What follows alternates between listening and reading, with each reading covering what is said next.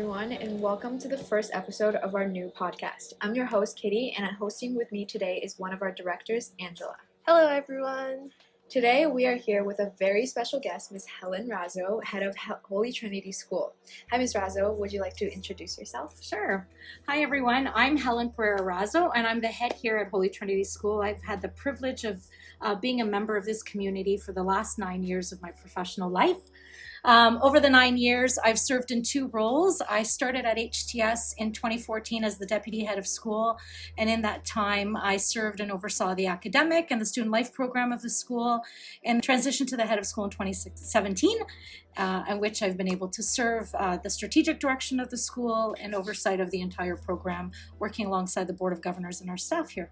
So the purpose of our podcast is to interview successful women in different industries and really get to know and understand their journey, hoping to inspire the younger generations. Yeah.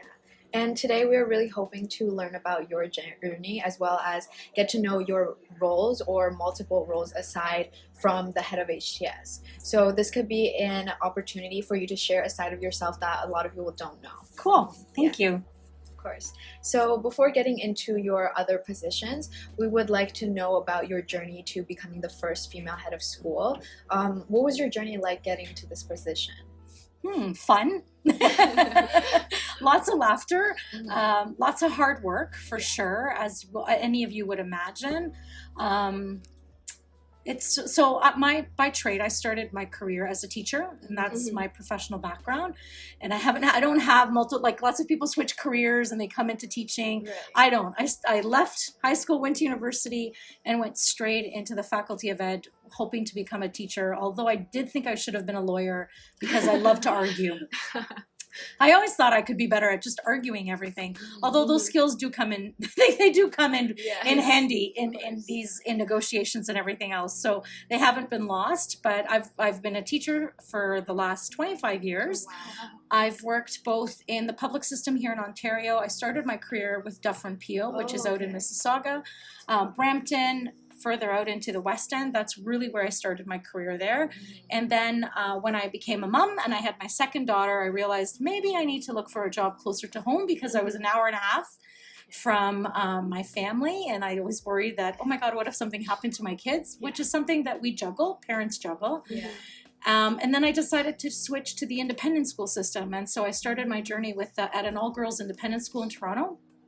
At the Bishop Strachan School, that's where I started. And then from BSS, I came to HTS 7 years after there. And now this is my 9th year here. So my journey really started in education, and that's where I've lived my journey. And my skills, I think, have grown in this time because the more you evolve in schools moving outside of the classroom, the more you realize you need lots of different skills, understanding legal matter in leadership, understanding change management, understanding human resources, financial acumen, all of those skills that sometimes you think you don't have or you second guess yourself. That I'm like, I don't have an MBA. What do you mean? What does that mean? The thing is that, you come to realize that if you're willing to learn and listen, that you develop those things along the line. So I might not have had them initially, but I've had incredible mentors. So if I had to describe my journey, it's been one of learning, taking risks, putting myself out there even when I was scared and hoping that, okay, the worst that can happen is I fail. I try again. Really, that's just on me. So putting myself out there to try new leadership jobs, to take on special projects. In the school board, one of the very first things I did is at the time there was a new program that was started that is, we use the language of student success, but truly was a student success program for at-risk youth that were at risk of not actually graduating. And I was one of the very first coordinators in Dufferin Peel to take on that job for my school community. So I got to develop really neat programs with social workers, guidance counselors, and students to help them graduate and make sure that they graduated from high school because they were at risk of not graduating from high school. So taking on special little projects like that to put yourself out there, to build your credibility has been part of that journey and to stretch my knowledge and my skills because there weren't necessarily things that I was doing every day in the classroom. So it allowed me to learn new things. And then transitioning to BSS, I became department head and then eventually lead teacher of curriculum, But while doing these things, I think what's been important is I've also been taking courses every step of the way. So I completed my master's. I would do workshops where I saw, oh, I don't know anything about that.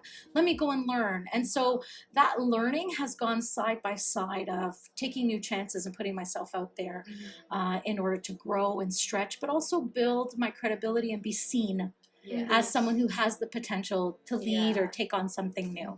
So being put in so many different environments, we learned that as a child you immigrated to Canada, which is a whole new environment, which must have presented you many challenges. However, it also may have influenced how you have come to know yourself.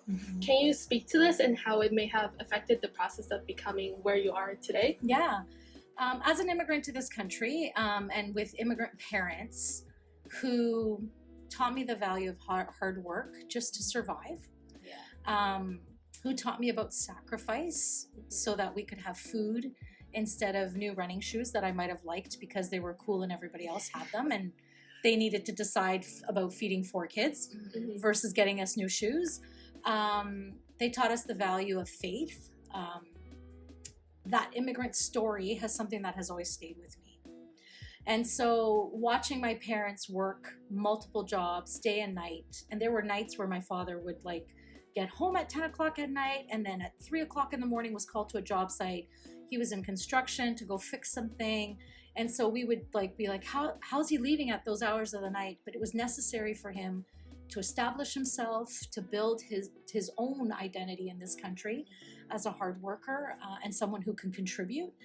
That their work ethic is the thing that sticks with me the most. And so it doesn't actually matter how hard something is. I will work. I will put in the work. I am not afraid of hard work. And I think that's in part because I was able to watch my parents model that for me and teach me the importance of hard work, even when you weren't getting what you wanted. So often you'll hear us talk about the fact, I worked so hard. How did I not get an A? Yeah. I spent all these hours, right? It's so true. And we all do that, right? As an adult now, sometimes I'm like, how could I have put 15 hours into that? And it didn't even for something that was 2 minutes or 1 minute, and it didn't even work out the way I wanted it. But the truth of the matter is that what they've allowed me to see is that the amount of work and effort you put in doesn't define the output. It defines you. Are you willing to do the work that it takes no matter what, and to be resilient in it, despite the challenges you're going to face or the outcome, in order for you to be able to grow and deal with the next challenge that might come ahead. So I think that immigrant story for me, that journey for me and learning is about those things. It's about not being afraid of the hard work, doing it, and not thinking anything is going to be handed to you, because nothing was handed to them. And in fact, there's the privileges I lead, not having to face the discrimination they did in the same way, or the hardships they did in the same way, is because they did it. They took that as a generation of people for me to be able to have it a little bit easier growing up here in this incredible country. I also am very, very grateful because I know their story. I appreciate this country and what I have in ways that I guess most people don't, because this is all you've ever known, right? Yeah.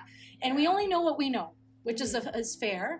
But I deeply appreciate how the privileges and how lucky I am, because I watched my parents leave everything they know, their comfort, their family, and to come here alone with 3 kids, 2 kids at the time, and then my mother, we went back and my mother was pregnant. We brought my brother with us, but not speaking a word of English, going to the grocery store, taking us to the doctor, going to the going on a subway.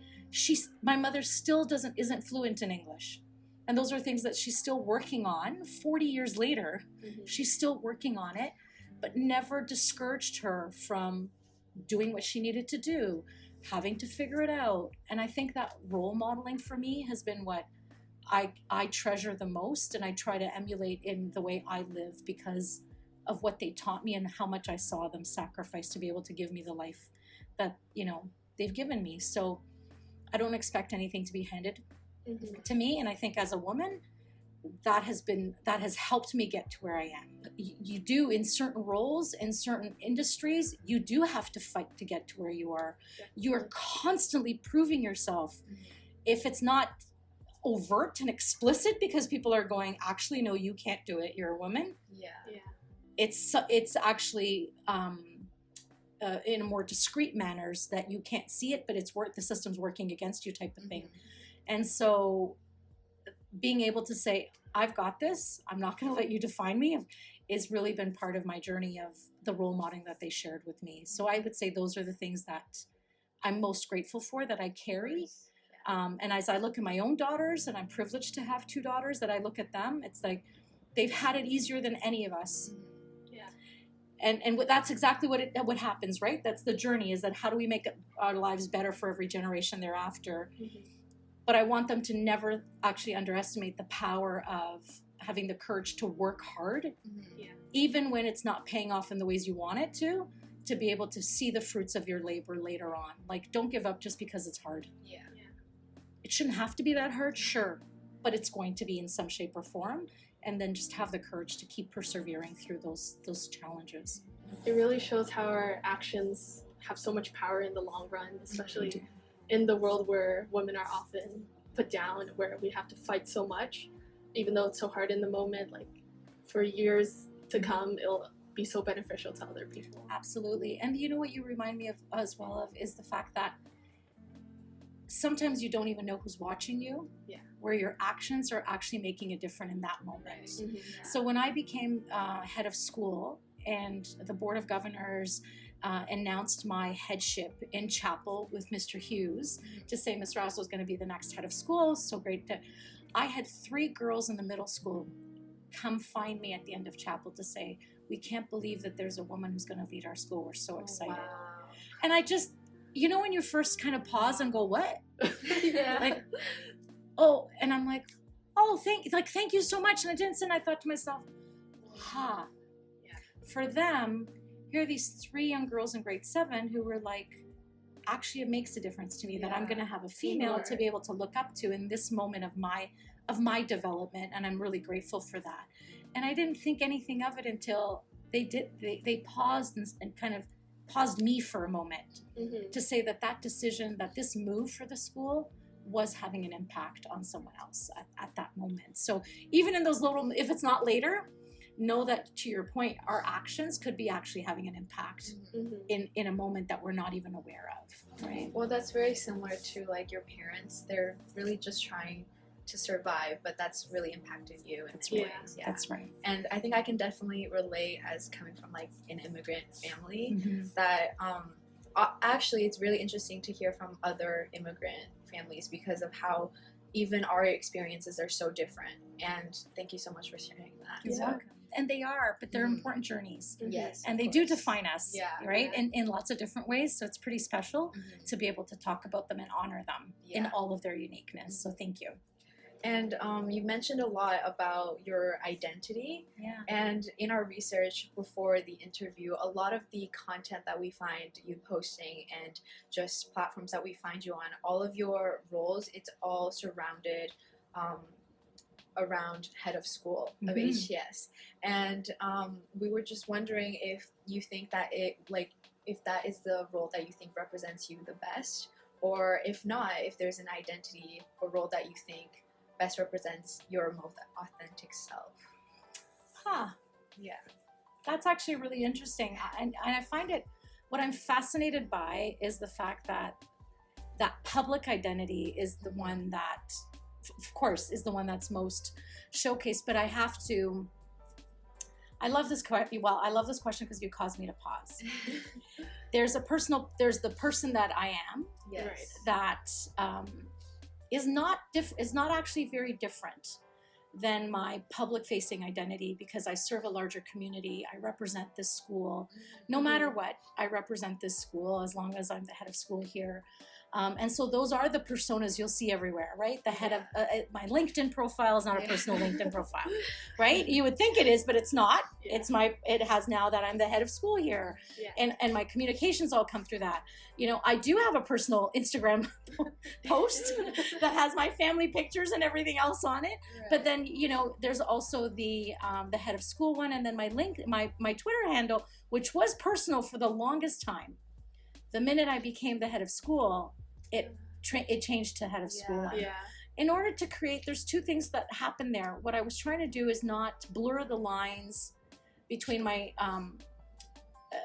public identity and my professional identity, so that I could just keep it clean, keep it professional, which is really important. Yeah. When you hold a leadership role where you're representing a community, it's so important to make sure that you're always professional in those pieces. But even as educators, we are bound by professional ethical guidelines and standards as teachers in this province that are similar to other professions, but we can't have a public identity that allows you to just be a mess online. Right. As a teacher, let alone as a professional, as a leader of a corporation, you have to be mindful of those things, right?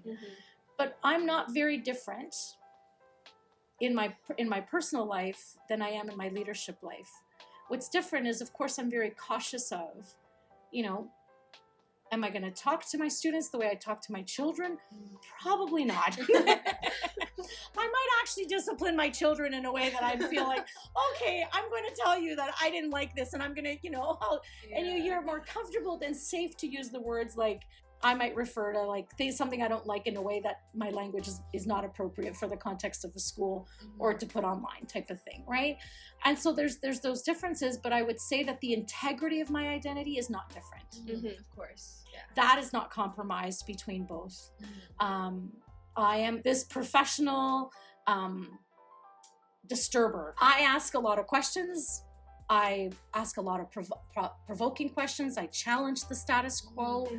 And I've always been that person. Like, if you read my report cards, my teachers are like, she's so annoying. All she does is talk. All she does is ask why. And I was that student, and I'm still that adult. Like, why? Why do you think that that's okay? Just tell me. Like, I'll get into a debate, into those arguments all the time. So there's an element of my identity and myself. The lawyer aspect. Yeah. Got it. That's still me. But of course you can never, I'm not going to use language that I would be safe or comfortable using at home. Yeah. Because I'm in the privacy of my own home, that if I say the wrong word, that it's not going to be frowned upon unprofessionally, or that it's not right.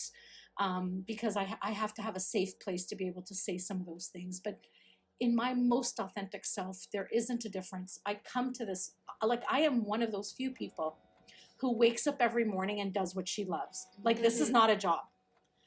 I have dreamed of being able, I loved being a teacher. I love being in schools. I have dreamed of being able to actually work at a system level to make schools places that kids love to be at. And I get to do that. Yeah. I actually have a say in making the difference in someone else's life of whether or not this is a place they love being at or they hate being at. And is it always perfect? No. But that call to action has always been in me. I care deeply about social justice issues. I care deeply about human beings. Truly I do. And I get to work in a space where I get to live that out every day and do something about it and have the power to do something about it. So even if you look at, even though my public facing identities is really my professional identity, if you look at the way I post, the way I talk about things and what I post about, those things are not far from all the things that matter deeply to me. What you don't see in that piece is the other side of me that I love so deeply, which is my family and my friends. And so the joker, the one who loves to try new things or go and try new meals every day and look for a new restaurant, because I'm a foodie and I love those things. I might not post those on my professional piece, but those are parts of me that to just be at home and hang out with my family means the world to me. And I'm happy literally just going to dinner, trying a new restaurant with my husband and my kids, spending time with my mother, arguing with my brothers and sisters about something we did when we were kids and who's right. And we still have those arguments. No, you did that when we were little. It wasn't me. There's that piece of me that's so much part of my heart that doesn't necessarily make it on to those posts, that professional image, but are part of what fuels my heart and allows me to still find joy every single day in the things I do. Well, I think that makes a lot of sense that you align with your public identity so much, because I believe that's also a reason why you got this position and why you're so successful in it.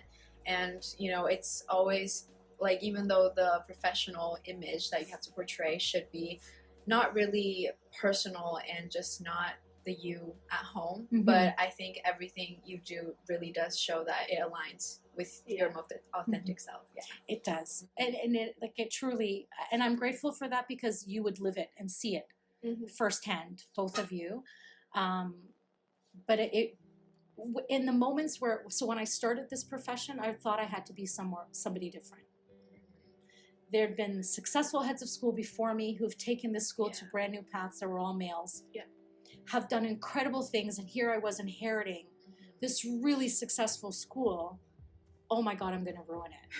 Do I know what I'm doing? So you go through that whole imposter syndrome that many people talk about, that you just don't feel you're good enough, when these experienced leaders have taken something you've just been gifted and done incredible things. And you try to perhaps follow in their footsteps. And I did for a little while. I thought, oh my God, I just need to lead the way they did.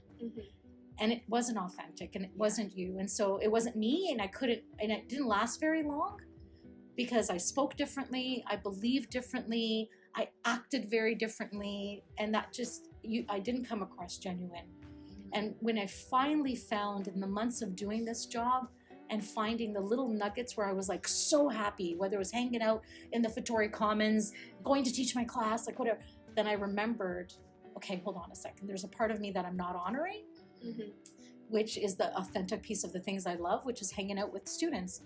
That brings me a lot of joy. I love saying, hey, I've got treats, who wants to come here? Like whatever that is, or going out to a game, or cheering you on, or finding out just what's going on in life. Those things matter so deeply to me.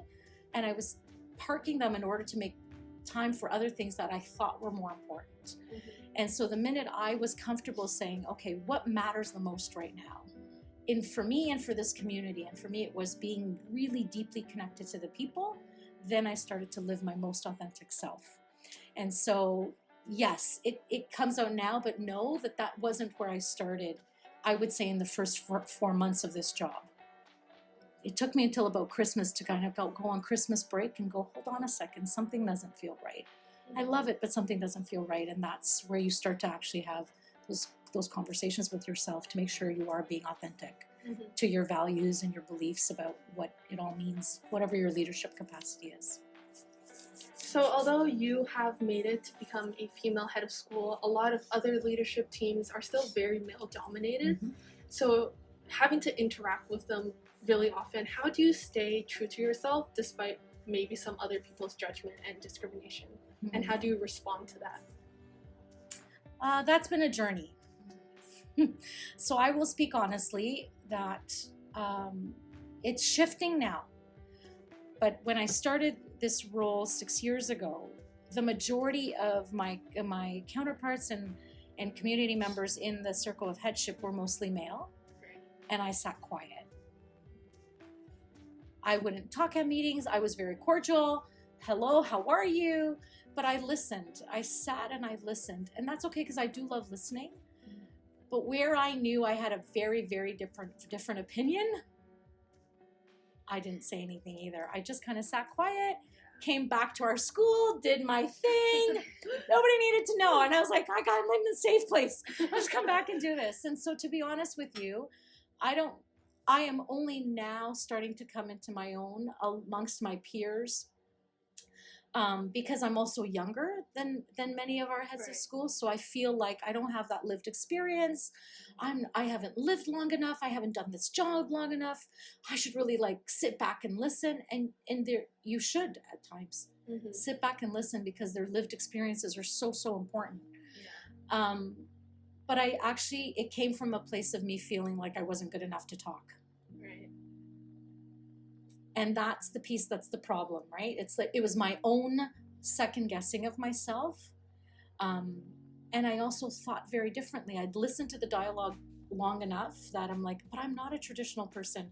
I don't believe in that. I'm not like I believe in traditions, but not to the same degree. Like, how do we evolve? Like, that's just who I was and who I am. I really believe that you have to evolve, right, or you become irrelevant in the story of people's lives. Like, young people are changing every day. Society's changing, some good, some bad.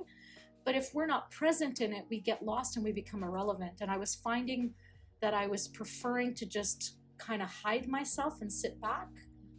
and not. But I find now where I feel most confident, I am starting to exercise my voice and my opinion in greater dialogues that I wasn't necessarily doing when I started early on. But that's a journey.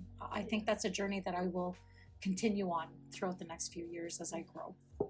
Well, you did talk about your kind of struggle with finding your personal identity and just how you can present your most authentic self after inheriting this legacy. So how do you think, how were you able to discover that? A lot of self-reflection. Right. A lot of time. Well, there's two parts. There's the self-reflection piece and knowing it, asking myself questions, what feels off, why isn't. So be aware, truly be aware, and be present with yourself in relationship with your role, in relationship with the community you serve. But I have to say, throughout my whole entire journey, from the minute I became a teacher, I have been surrounded by incredible people who have mentored me and who have put up the mirror for me when I wasn't able to do it myself, who have been really great to me to say, okay, hold on a second, chill out, breathe. It's not that bad. Why don't you think about it this way? Or what if you tried this one small step? We've got your back. Or put yourself out there, please, because this is yours and you're just missing an opportunity if you don't take it. Right. I have had incredible people every step of my journey nudging me not to lose sight of the potential that sometimes I couldn't actually see inside myself, but they could. And they were grateful enough to honor me to actually say, hold on a second, you're not seeing yourself, but this is what we see. And then it would stick after a while, and you can play that song and dance back and forth with them of like, no, that's not me. How do you see that? No. Like you go back and forth, but sooner or later it sticks. And then you start to say, okay, hold on. Somebody believes in me that much. I owe it to them to try, and I owe it to myself to try because they believe in me that much. And so why am I not trying? And then if you don't have a good answer to why not, then you better do it. Yeah. Seriously. So having such a good environment around you just shows how important the people around you are and how you should cherish them, really. Yeah. So after going through, you're not done your journey, of course, you're still going through it, but based on what you've learned, what could you tell women who are trying to break through the stigma or give them a tip on how they can succeed in their dreams? Believe in yourself is something that is hard for any of us to really own and love ourselves enough to actually take the risks we want. But truly, I think it's time that as women, we really start to love ourselves in a way that honors who we truly are and the gifts that we bring to this world.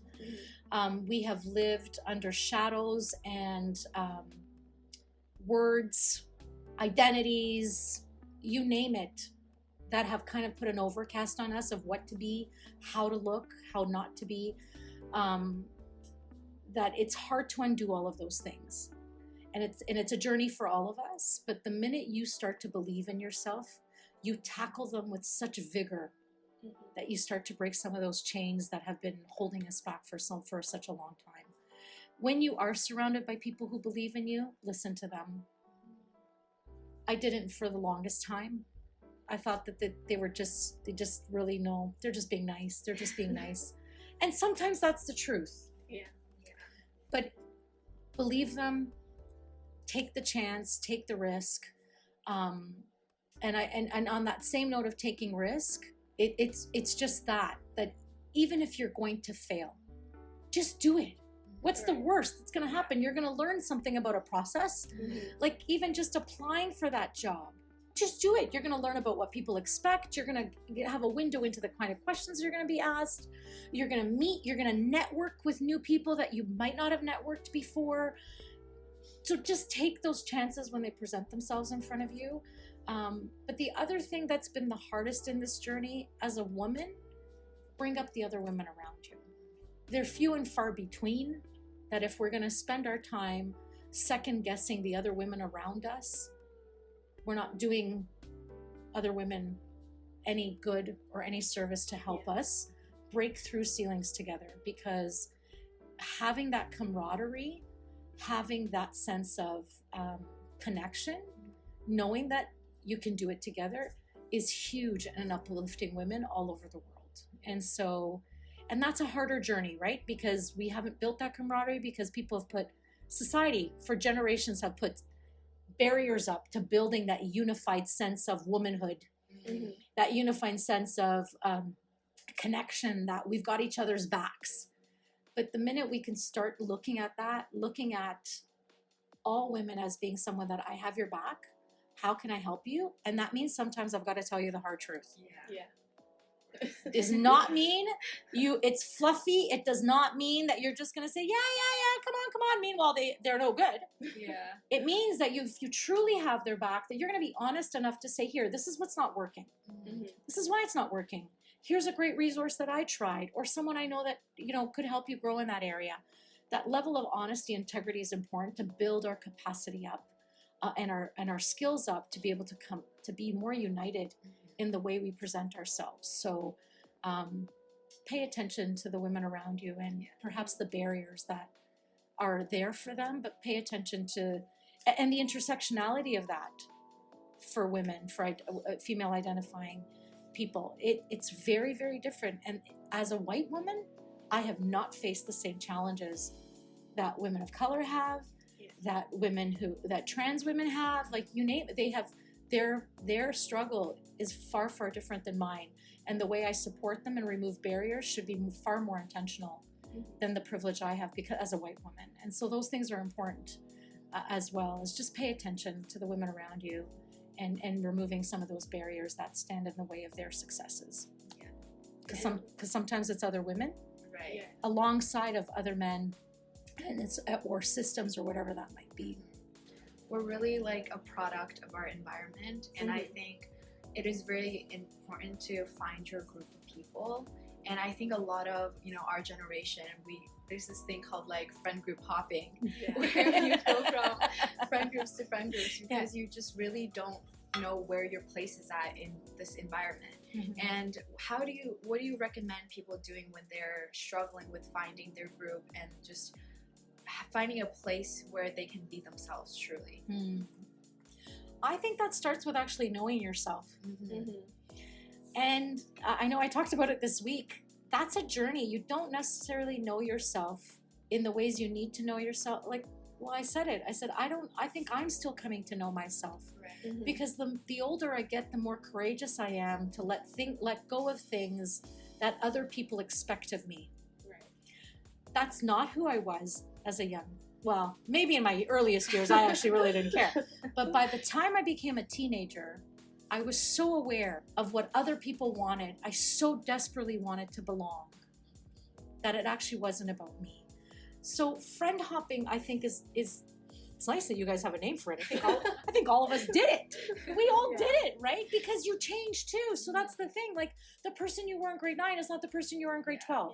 And it's not the person you're going to be by second and third year university. And I think that that's the journey, is you are going to friend hop. And in each of those stages in your life, who are the people who've seen you, who have truly, truly seen you for who you are? Hang on to them. Right? I have my friend, Christina was my friend in kindergarten. We both must have landed in that kindergarten class. She was from South Africa speaking Portuguese. I came from Portugal. Christina's still my friend. We've been friends since kindergarten. That's my people. Nobody saw me grow. And in high school, we had completely different friend groups, even though we were in the same high school. And then as adults, we laugh about the journey that we've taken because we've seen ourselves since we were 4 years old, kind of grow and evolve into the women that we are today. But along the way, we've had friends that have either become part of our greater circle or outside of our circle that are part of our lives. So I don't know that the problem is friend hopping. If you haven't found those people yet, pause for a minute. Check yourself. What's missing for you that you're looking for in others that you haven't just found yet? So ask yourself that question, because sometimes it starts there. And then when you do find those friends who see you most authentically and who can walk alongside your good and your ugly, because we all have good and ugly. Yeah. Then you hang on to them and just steward that friendship, and know that it's actually not going to be the same throughout your life journey. And that's okay, because we often expect it to be the way it started, and it's just not, because you've both grown, you've changed, your relationships are completely different, you're doing different things, but that doesn't mean that you still can't be good to one another and pick up where you left off. So I think that would be the best answer that I have to that. If you haven't found those people yet, pause and check what's going on for you that you're missing, that you're searching for, seeking for in others. That probably is a search within yourself. So ending off on our last question, we've been pursuing our Selfless project on our social media, where we showcase many different women in different industries, just like this podcast. We were wondering, has anyone inspired you in your life? It could be a celebrity, a family member, someone you're close to, and can you speak a little bit about them? My mom. And that's an easy one. My mom is, I might cry.